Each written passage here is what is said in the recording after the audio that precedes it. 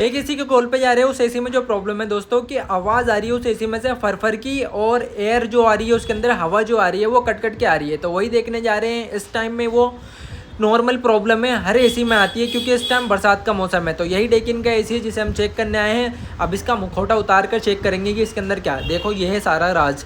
अगर इस तरीके से कॉइल चौक रहेगी तो 100% आवाज़ भी आएगी और हवा भी कट कट के आएगी। तो इसका सोल्यूशन एक ही है कि आप अच्छे से इसकी सर्विस कर दो, नीट एंड क्लीन कर दो, चमका दो अंदर से बाहर से, जब जाके ये अच्छे से काम करेगा। तो हमने अपना प्रोसेस स्टार्ट कर दिया था। आउटडोर को भी देख लो, ज़्यादा आउटडोर डस्टी नहीं है पर इंडोर बहुत ज़्यादा गंदा था।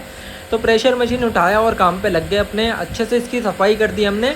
सफाई करने के बाद एसी चलाया तो ये प्रॉब्लम बिल्कुल ही सॉल्व हो चुकी थी। और गंदगी दिखाऊंगा भाई साहब कितनी निकली, भर भर के गंदगी निकली इसके अंदर से, बिल्कुल ही काला हो चुका है पानी।